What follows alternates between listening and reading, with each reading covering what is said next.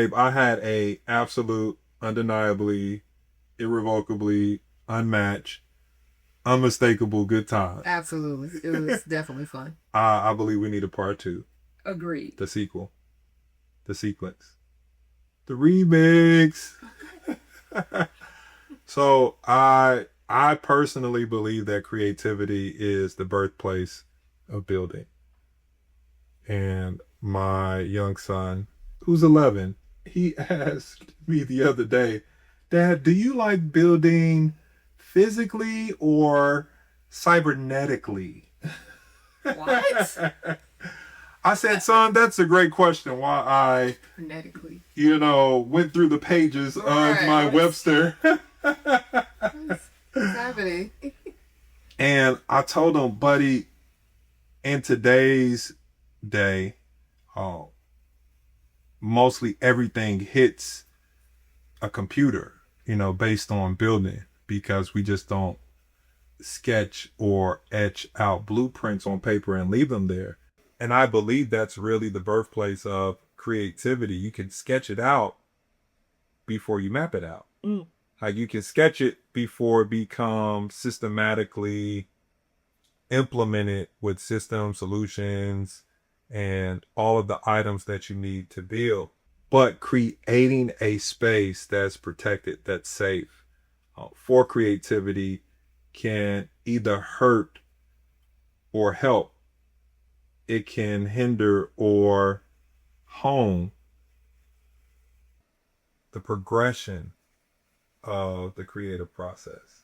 So that physical drawing or scribing or etching and mapping out will eventually hit a computer or hit something that can translate all of the ideas that we may have into something that can be implemented with tools and techniques to achieve what we are trying to accomplish. So, buddy, the answer is both. It's physically and cybernetically. Go to bed. Charles V.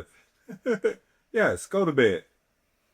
That's And keep dreaming big. a very deep question. Ooh, go to bed and keep dreaming big, buddy. So again, I had a great time talking to you last I week. did too. I mean, I had a blast.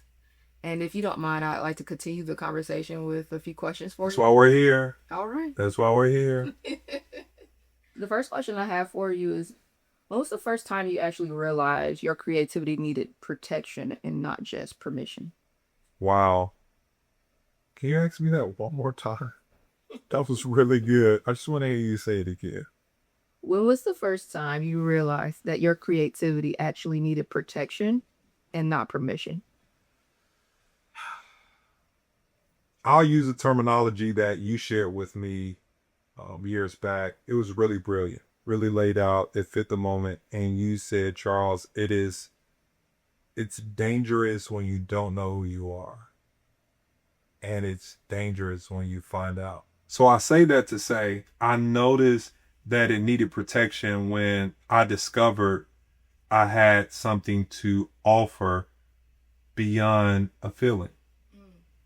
I can add metrics or empirical data to action items. So if I thought of something and I put my hands to it, and I put hand tools to it, and I built something and I was excited about it, and then the end results became something that was beautiful and a monument of memories and something that you can capture or utilize, that's when I realized that creativity or following through with your dreams should be calculated or protected versus just running with them and sharing them with everybody. I don't necessarily ask for permission. I say that to say, as you emphatically shared, it's dangerous when you don't know who you are. That's the vague, opaque, obscure space when you just don't know and you're trying to figure it out and you're scurrying and you're reaching and you're trying to find a tangible touch point of what do you have to offer. That's why I say if you have discovered and developed an awareness of the value that you bring across different arenas with the nets so that you can have attributes beyond one aspect or sphere or the sphere of influence that you do have. That's why it's beneficial to help people to discover that same level of awareness. But when you don't have it, it's dangerous. And when you find out, oh my gosh, it's dangerous because people say, I want you to dream big until you dream big. Then it's a problem. And then we have a problem. And I'm trying to find the poem. Right. Because you told me to dream big. Yeah. Now you told me to go for it. Yeah. That's good. You told me to lunge. Don't add logic at this point. So I'm lunging. I'm scribing.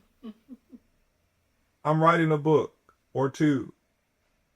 I am trying to be entrepreneurial, not so that I can get affluence, but if the influence produces affluence, then that appreciation is attached to kingdom building and to building people. This is the thought. When I say I appreciate you, and on the contrast, when I drive a car off the lot, I'm really saying I depreciate you because as soon as you drive it off the lot, it loses value. Okay. As soon as you start it up,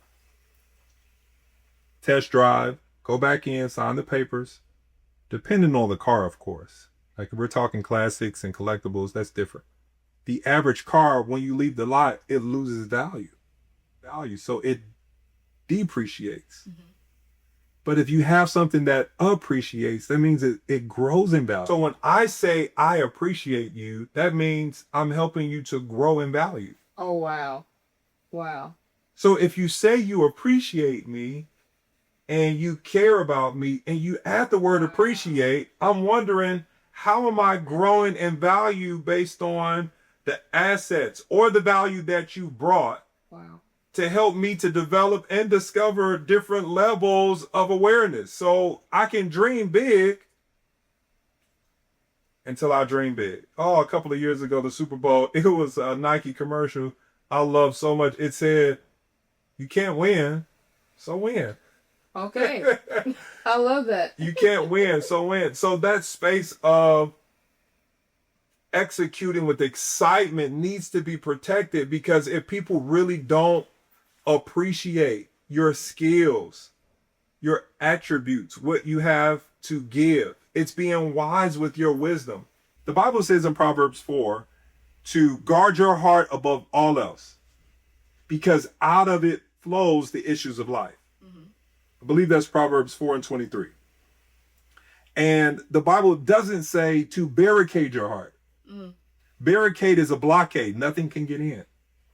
Nothing can get out. So I'm not saying become a barricade when it comes to protecting yourself. It's more of a guard instead of a guillotine. Ooh, that's good.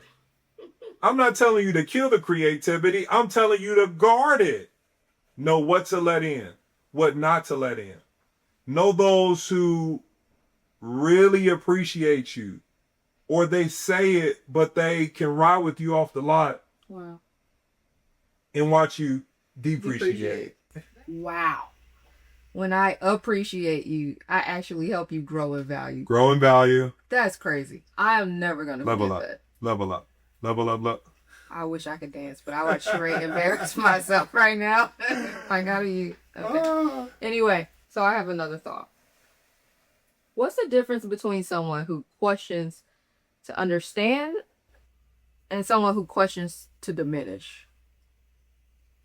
Wow. So what is the difference between someone who questions to understand how I process ideas and creativity versus someone who tries to diminish the space that should be safe? It's a really great question. I personally believe there is a difference between building and breaking. And there are some times when breaking is important, but it should be meaningful and connected to rebuilding or establishing something new. And when someone is building, and you're excavating and you're using tools that may not be lush, it's a part of the building phase. So building is not always fun, or building doesn't always feel good. So when I go down my list, as you have said before, I know that this person's intentions for me, towards me, and to me are good. So that helps me weed through, are you building or are you breaking? Yeah. Yeah. Like, are you developing or are you diminishing? Are we moving towards something, or is this tyrannical? So an example I have is one of my mentors or leaders years ago, and my leadership developmental stages would never give me compliments. And I wasn't looking for them, but it was odd to me because I would see him compliment other people all of the times. One thing that I never did, and I never do, is don't just take what I've been through and transfer it to you in a weighty way. Doesn't mean that we didn't have and we don't have conversations. But at this time, I didn't come home and say, babe, why don't I ever get compliments? I just don't understand this. I never did it. Because in the core of my heart, like, I just really don't need your approval. Like, I don't. That's how I felt. But it was still odd to me. Yeah. Like, I didn't care, but I noticed it, if that makes sense. Absolutely. But 5 years in, I was 5 years in, I was finished with a project, and I got 2 minutes worth of compliments. It felt good, but I was at a loss for words. And then I mentioned to him, I said, hey, it's been like 5 years. Like, you've never given me a compliment. He laughed, and my inner dialogue was like, oh, okay. I brushed it off. But it was 5 years. I think I was taking him to the airport maybe a week later. And the statement that you made about me giving you compliments last week? I said, yeah, it's 5 years now. I'm good. I'm just saying it was 5 years. 5 years. 5 years, sir. He told me, Charles, the reason I didn't give you compliments is because you didn't need it. Wow. Wow. He said the people I was giving compliments to, they needed it. Wow. They were looking for it.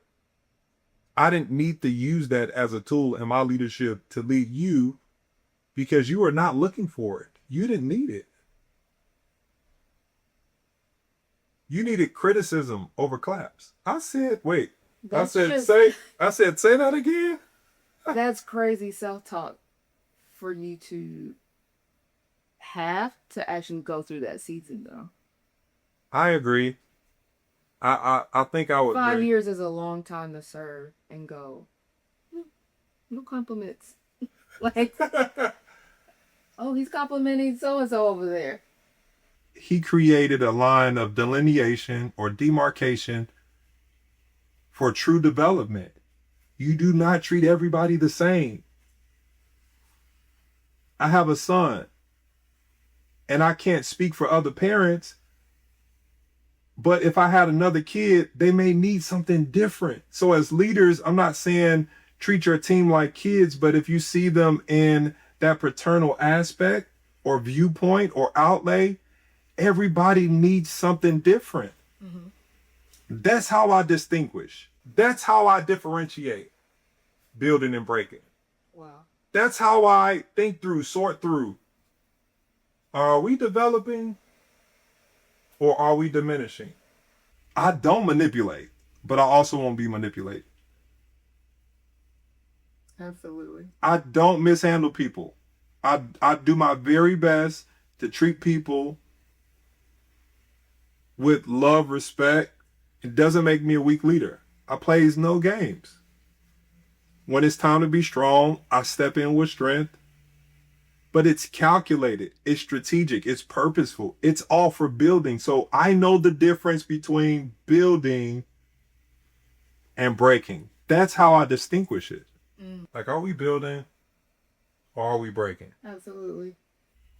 Babe, in your words and your way of expressing, have you mistakenly received someone's fear and thought it was wisdom after you were aware of, man, Diamond has something to offer, but I believe that this person is, or at that time I didn't know, but looking back, I believe this person was talking from a place of experience, and they went into safety mode in their brain space, and it was projection versus helping me propel.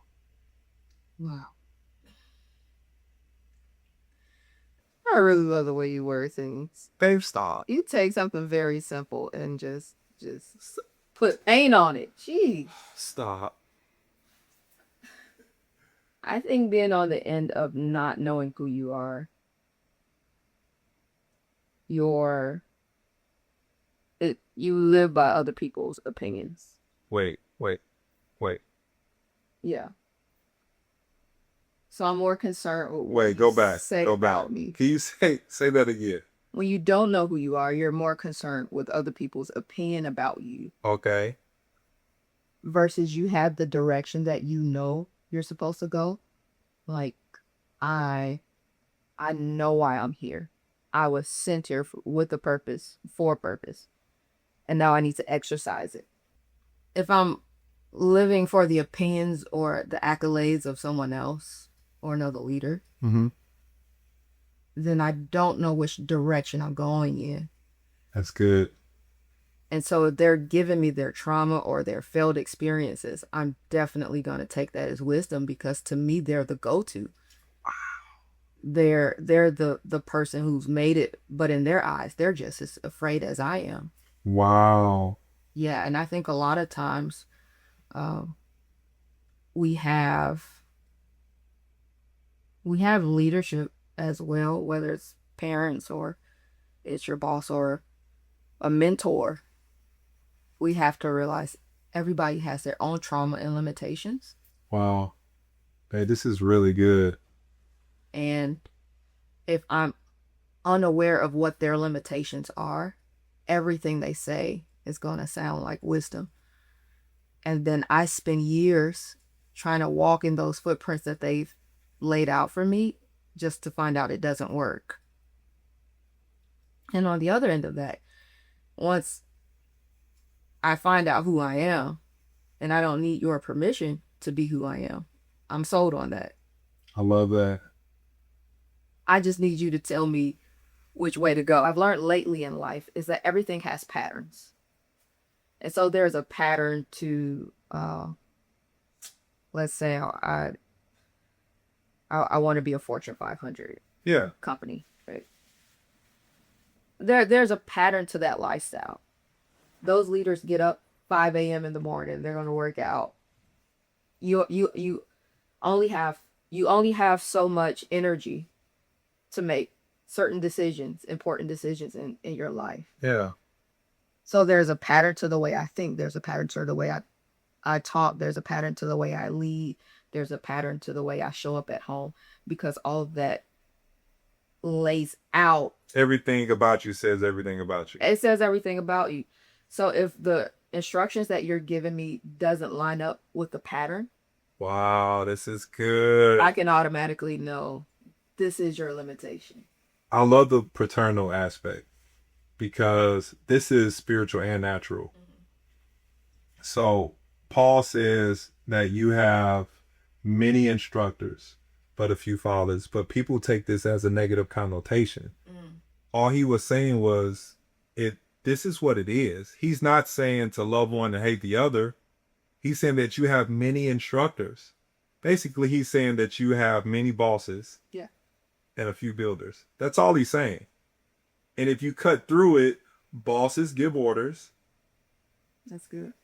And builders give opportunity. Yeah.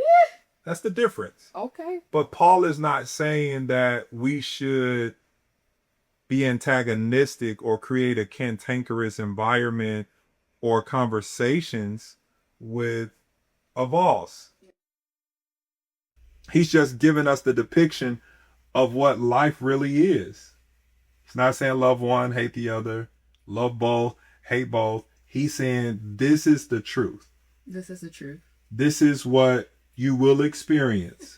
You have many instructors. You have many bosses. So don't go out there and try to recreate the narrative as if there's many fathers and few instructors. No, there are many instructors and few fathers. So I think a lot of times we're trying to recreate the narrative for ourselves, or just like you said, you see it differently. Wow, it changes the expectation. It changes the expectation all day long. Like, I'm looking for it, but sometimes you have to become the thing that you're looking for. Yeah. Maybe that hunger and that desperation and that not anxiety, but that fuel that burns. People say, it's fire shut up in my bones. Jeremiah wanted to quit. If you read it, he wanted to quit when he said, there's fire shut up in my bones. But he said, I can't. It's like burning on the inside of me, and I have a passion to keep going even though I want to quit. So the expectation level now is, okay, if I get it, great. If I don't, I will become great. That's what it says. He's not saying that you should choose one and you're going to hate the other because they can't produce at the level that you want them to. What I'm trying to get to is, so how do you sort through, and how do you think through, and how do you keep your heart pure and keep a malleable and a pliable heart when you don't have a father? I love this paternal aspect because we put false expectations on people who are not meant to father or mother us. And some of us want to be fathers and mothers before becoming a son or a daughter. So this paternal aspect, we don't come from our parents, we come through our parents. We come from heaven, we come from God, and he has an intended purpose for us when we make it to or in the earth to accomplish his will, so that people can get to know him, so that people can have a right relationship with him, so people can be reconnected, so his glory can be revealed. Yeah. So how do you sort through? Oh God. How does Saul try to kill David? Physically. We're over here upset, bent out of shape, falling apart from men's words. But Saul is trying to physically, intentionally send David on kill missions, kill David himself. But watch this. David actually cries when he dies. Oh my gosh. That's baffling. That's baffling. So when creativity is stifled, when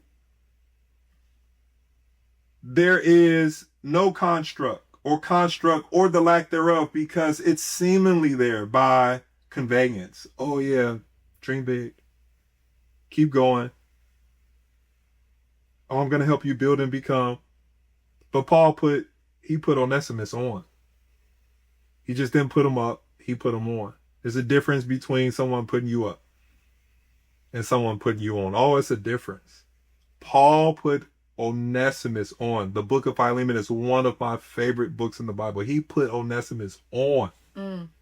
He put him on. He sent word. He gave him his credibility. He gave him a title. He gave him a room. Actually, he didn't just give him a room. He created a room.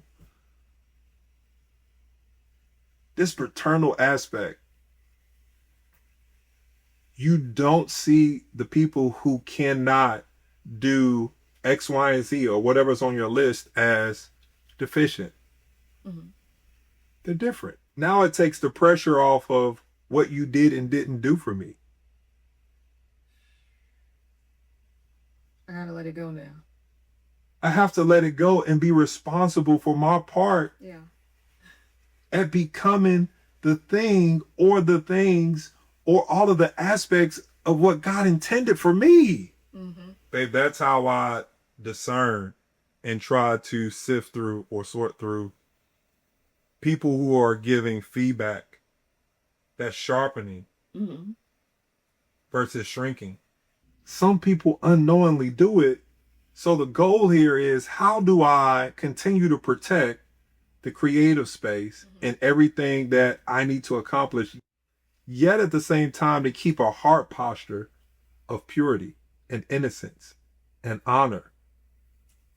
How do you cry and create a song and tell the whole town to sing it after someone tries to physically kill you? I do not know.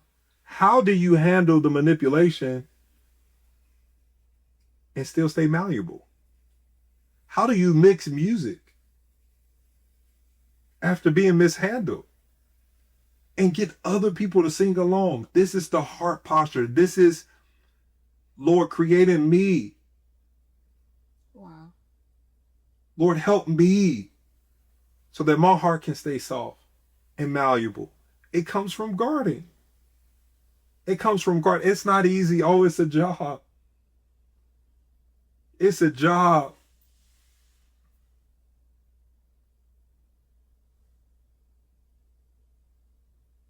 Babe, that's how I sift through it.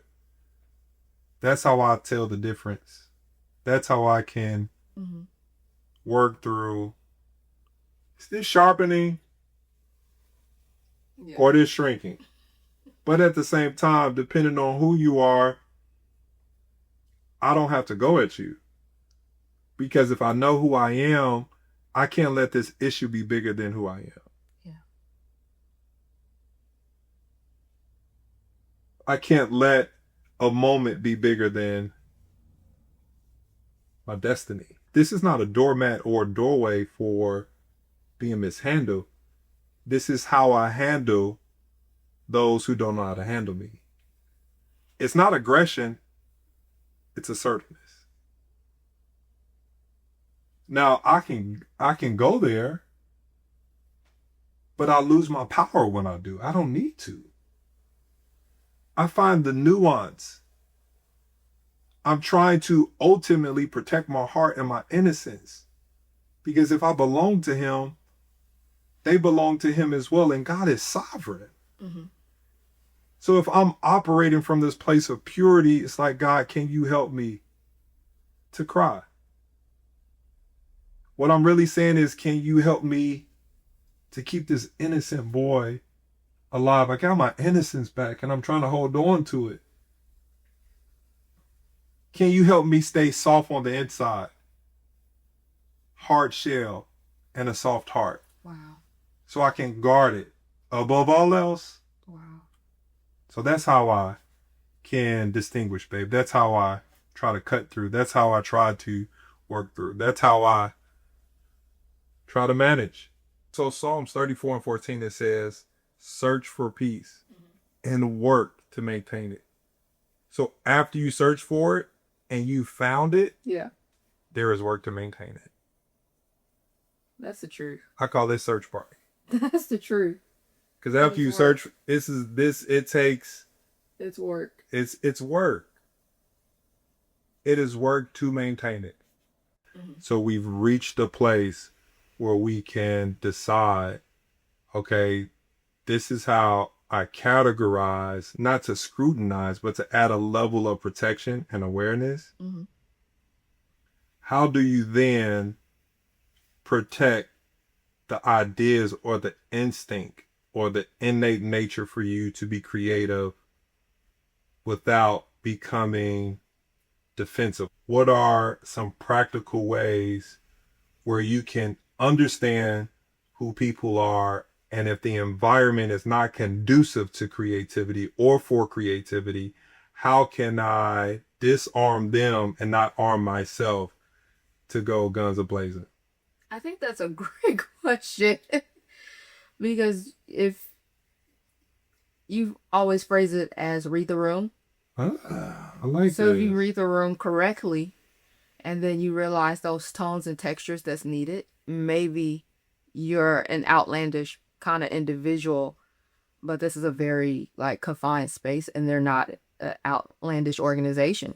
So maybe you need to, the ideas that you come up with might need to be reeled in or create some type of system or structure when you present it, and that way it's more digestible.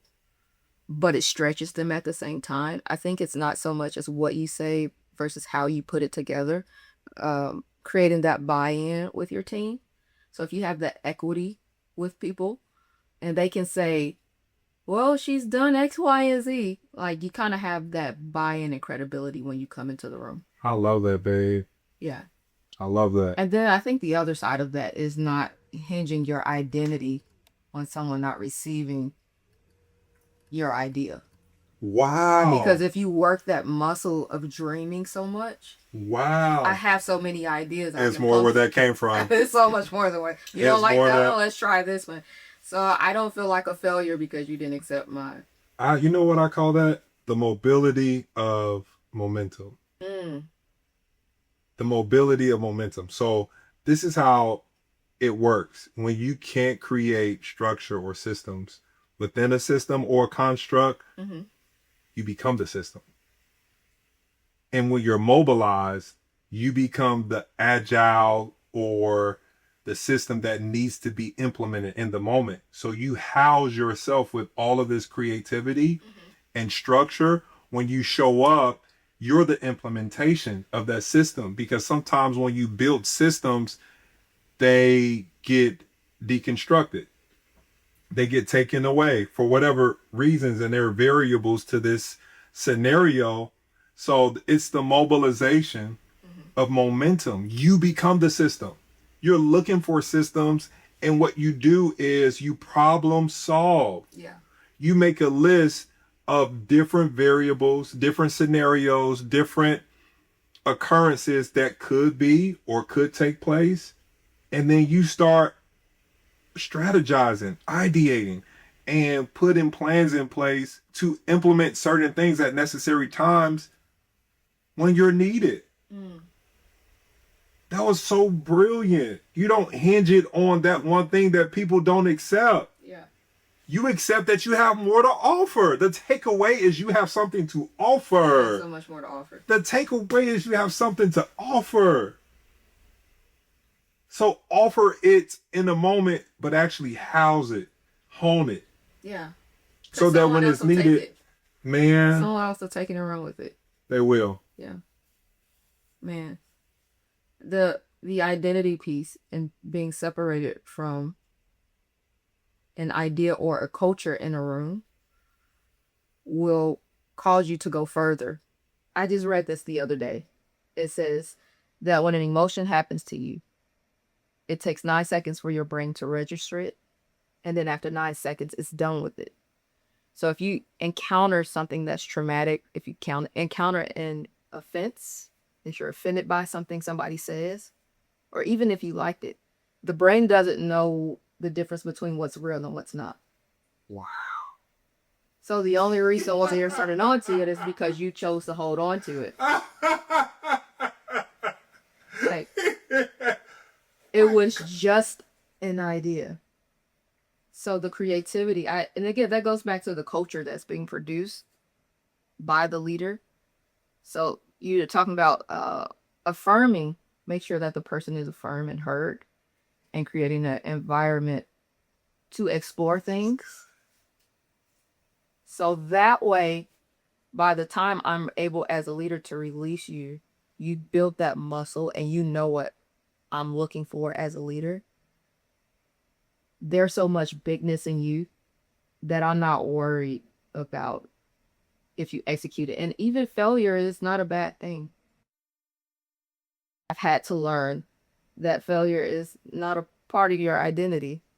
You make mistakes and you fail fast and you fail forward. And as a business owner, you just have to keep adapting. The culture is changing, the economy is changing, people are changing, AI is changing, technology is changing. And if this idea doesn't work, we're just going to keep figuring it out. So you speak of culture and environments and teams and organizations. Practically speaking, what does that look like if a room was built figuratively and physically or literally, a protection or as an incubator for creativity? Relational equity with someone. And I know who you are as a person to some degree. I know where you come from, your background and your makeup, how you perceive things. I kind of have a picture of what it is you're trying to paint. Okay. And so I'm going to let you exercise your idea so that you feel heard. When we have those team meetings and we're exploring these ideas and we're embracing just being curious. And Charles would say, hey, what do you think about this idea? And someone would give an objection to whatever the idea was. And you would immediately solve it. So you're creating this culture of, okay, next, what other objection do you have? Somebody else would say, well, we can't do it because of blah, blah, blah, blah. Well, then this is the solution. And so because you kept coming up with the solution, the culture that was curated was, don't say I can't do it. That's Just the figure it mobility out. of momentum. I just created that in real time, guys. Like, you become the system in the moment. You become the solution. That's what I'm trying to say. Okay. You become the solution. So when people, they fire off excuses, I've built so much over time, and I don't limit creativity and how I process. I can just pull from different areas and experiences and times where I said, we can do it. We can get it done. You don't stop with, I possibly can't.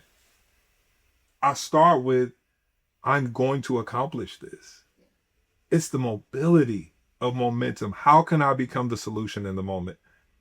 It's a scripture in Luke, and it speaks about having childlike faith.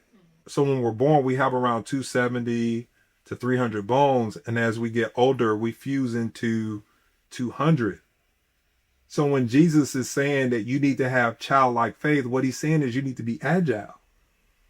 You need to have agility.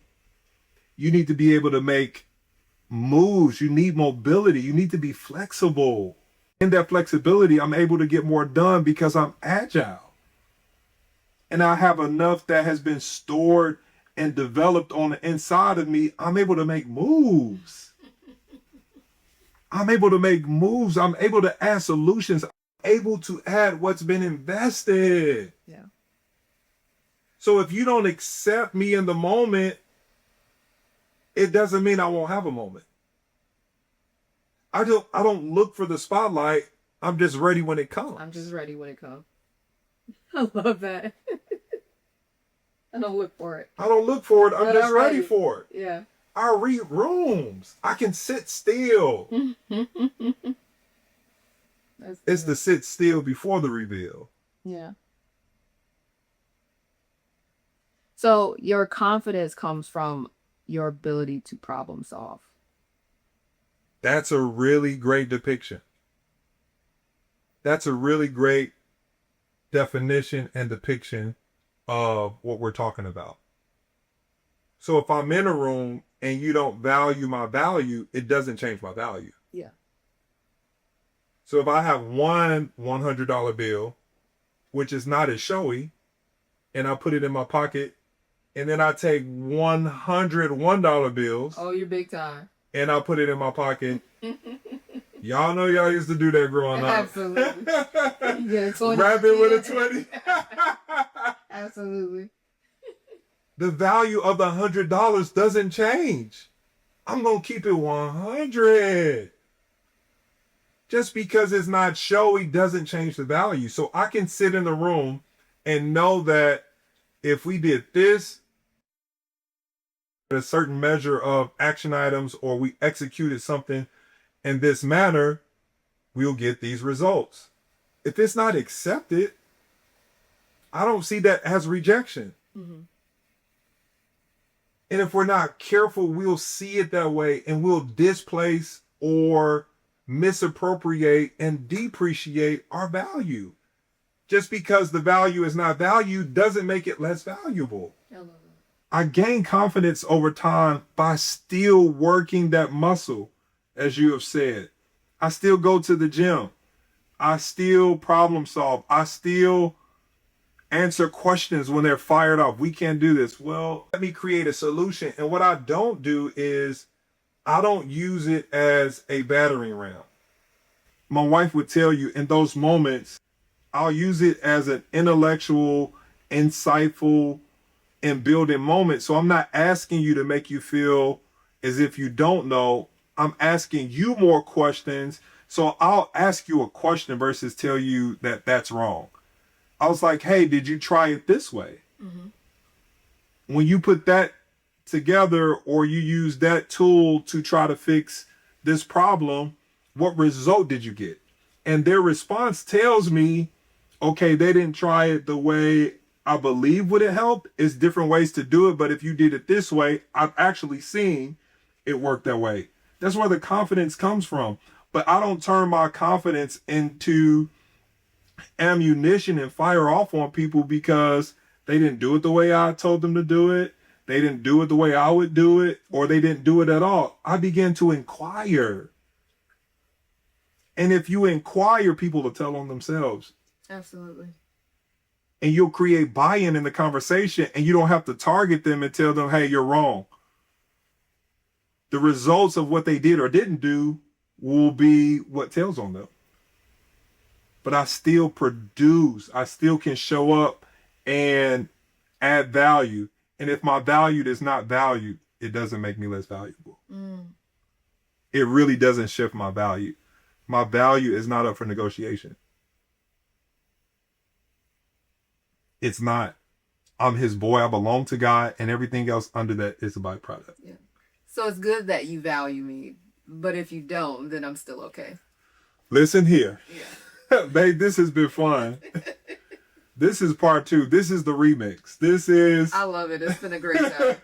I have one more question for you. Sure. One more before we go. So how can couples, teams, organizations, individuals, mentors who are building intrinsically disagree?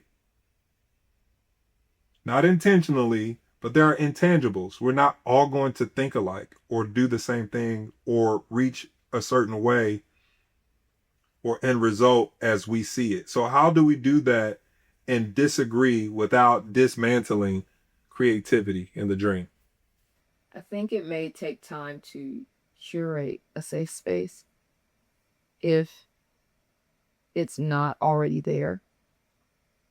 And so I think the way to do that is to allow them to speak without your input. Yeah, I think that environment has to be a safe environment. And your objection or your opinion doesn't need to come in right away. Maybe it needs to be later in the week, or, hey, babe, how about this? I was thinking and I thought I loved your ideas on 1, 2, and 3. But how do you feel about such and such? I love what you said earlier about someone feeling, or an individual feeling heard. I think sometimes in a relationship or in a marriage that it's, did you hear me? Like, not did you hear what I said, but did you actually hear, like, just add a T to it. Like, did you really hear my heart? And there's a E-A-R in heart too. Like, did you hear me? Like, did you heart me? Like, did you hear not just the words, but the context and the texture of my heart? Like you said earlier, was I heard in this moment? Mm-hmm. And I believe for me, like as a husband, I'm a builder. Like, I'm always trying to fix stuff. So I'm asking myself and my wife, it's like, how can I continue to be a better friend instead of a fixer in moments? Like, did she actually say something and did I try to fix it? And that wasn't the moment to fix it. I should have just waited. Like she said, this is not the moment to fix it, Charles. You don't need to build anything. Just hear her out. Be a friend. Thank you for being a friend. Yeah. Travel around the world. Back again. Your heart is true. You my golden girl. So where you heard, so I really love that aspect and that insight that you shared earlier for couples.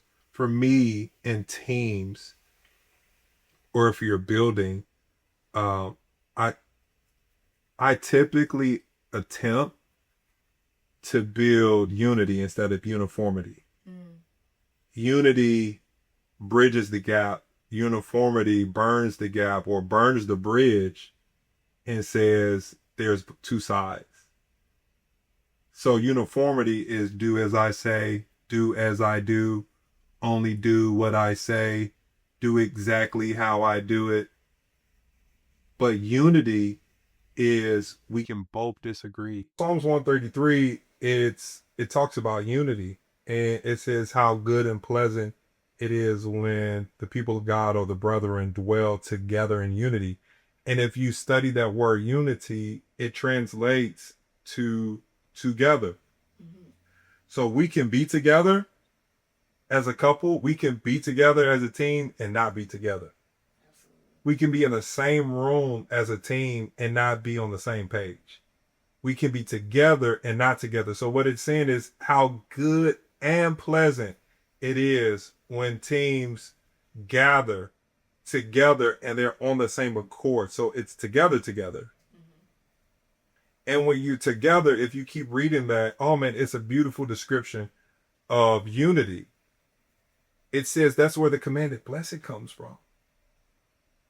Is unity. So if we disagree, we can be in the same space and not have the same methods to get to the end goal. But if our hearts are compassionate and there's continuity and community, we can disagree and be unified. Yeah.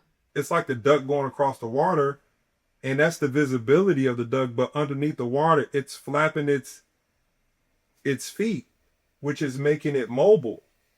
What people don't see is the flap. That's us working through and strategizing and working through and strategizing and working through and strategizing, staying on one accord, having tough conversations, being respectful, creating community and continuity, even in the midst of, hey, I don't agree with you. Yeah. So in that space, we're together, and people see the end result of smooth execution, exploits for God, enhancement, engagement. So that's the difference between unity and uniformity. I typically don't choose sides when I can create a solution or help leaders to have a sharpened perspective. Say that one more time. I typically don't choose sides when I can create a solution or help leaders have a sharpened perspective. A.W. Tozer says, it's highly doubtful that God can greatly bless a man until he's hurt him deeply. It's not that God is trying to hurt us purposefully or intentionally. What he's saying is, you will be hurt. You will get hurt. So I want you to hurt now. So when the hurt comes later, it's not on the same level because I need more out of you and I need more from you. So when you get there, you won't hurt the same. Yeah. I'm trying to build you here so you can endure there. That's why I don't burn bridges. So Proverbs 18:17, it says, in a lawsuit, the first to speak seems right until someone comes forward and cross-examines. This is so good. So in leadership, you don't immediately pick a side. You hear both sides. And at the same time, if I side with one more than I side with the other, for the most part, I'm not going with them. I want them to be a sharper individual. I'm not going to placate. You need to feel this small level of hurt. So later it's not on the scale. So what was a 10 should now be a 3. It should be a 1. It should be a 0. It shouldn't be on the list. That makes sense. Because you can't avoid the feeling of being hurt. You cannot avoid it. So when it comes, you need to have something built already on the inside of you so that you can respond or not respond. You don't need to apply a retort at all times. Yeah. So I'm not picking sides. I'm building bridges. That's good. I'm using my tools that I got in the garage to build bridges. How can I help you to become a sharper individual? How can I help you to have a sharpened perspective? How can I help you to go beyond this moment, which hurts? But let's hear both sides. Wow. Let's hear both sides. Okay, let me add some Solomon to the situation. God, give me wisdom. Oh my gosh. He said, Lord, give me wisdom so I can steward what you care about the most. So I can govern your people. God, give us wisdom as leaders so we can govern and we can help what you care about the most. Yeah. and so that we can really develop, so that people can discover that same level and levels of awareness. Babe, this has been a treat. I really have enjoyed this time with you, talking through ideas and this leadership thought around the creative space Yeah. and building and becoming. It has been a great time. I've had an absolute ball. And you said so much. I mean, that really is how you unify and hold the dream together. This has been We Have a Problem podcast. I'm Charles Hall. This is my beautiful babe. Diamond Hall. We will catch you on the next one.